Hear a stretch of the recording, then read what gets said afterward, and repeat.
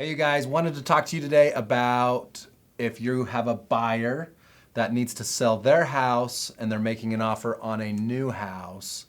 What paperwork do you guys need for the subject to sell buyer's residence? And we're also going to be talking how to counteroffer that if you represent a seller with a time clause form. So we're going to go over both forms first. So first one, let's do subject to sell of buyer's property. So you can see that I've got here on the screen address of the current property that we're offering on, and then the property that my buyer owns, okay?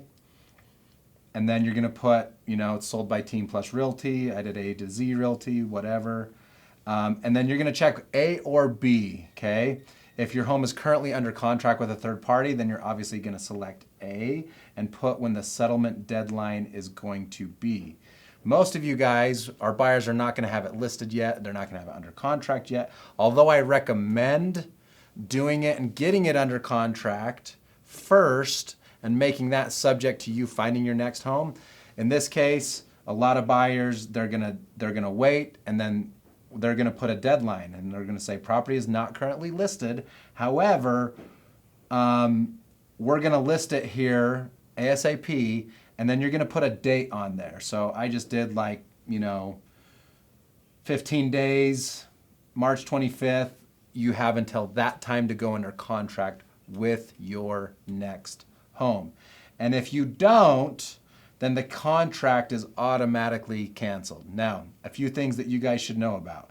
Number one, how do we do our dates and deadlines on the REPC? Well, I like to line them up in accordance to how long I think it will sell the house. So for my due diligence deadline, sometimes I still keep it at 14 days because I want my buyer to have some skin in the game and show that seller that we're serious. But if my buyer doesn't really want to spend any money on inspections, then I give myself, let's say, 2 weeks to sell the home. Then my due diligence, instead of 14 days, is going to be 28 days. We're just going to add that 2 weeks. Same thing with financing and appraisal. Instead of being 21 to 24 days, we're going to add 2 weeks onto that and make it for 35 to 37 days.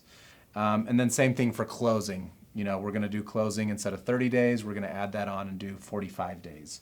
So that is the subject to sell addendum. Now let's pretend like you're the seller and you now get an offer from somebody who has a home that they need to sell. How are we going to counter that? Listen, this happens all the time. So don't be one of those agents that say, we don't want to mess with it, we don't want to deal with it. I've done several successful transactions where we've been able to make this all work smoothly. So here's how we protect the seller and make it a win for them, but still potentially entertain that buyer offer that's going to come through.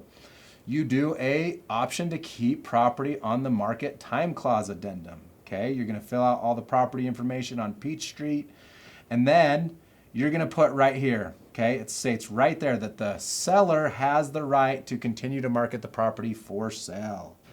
Okay, and if we get another offer, we're going to contact you within 2 calendar days to let you know that we've received an offer. Now, the buyer is going to have usually 24 hours is what we put right here, 24 hours after written notice.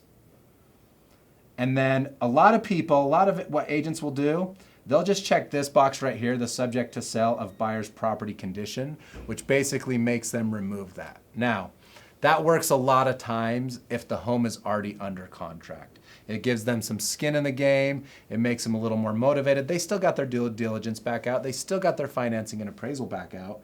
But this kind of makes them get some real skin in the game.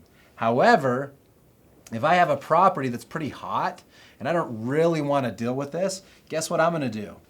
I'm also going to check the due diligence and financing and appraisal check boxes because I want them to remove all of those if I get another offer. And what this does is it forces the buyer to essentially make their earnest money go hard, which 99.9% of them aren't willing to do, or B, they have to cancel the contract, okay?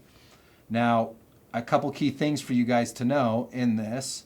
So I always at least check both the financing and appraisal and subject to sell. And then depending on their due diligence, if it's not very long, I can keep that. But a lot of times I'll also check the due diligence one as well. So, if these are checked, okay, by failing to respond in writing to seller's notice, allow the REPSI to be automatically canceled. In instance, earnest money is returned to the buyer. So, if I get another offer, I send this out, and after 24 hours, they don't give me any written notification, the contract is stating that that offer then automatically becomes canceled.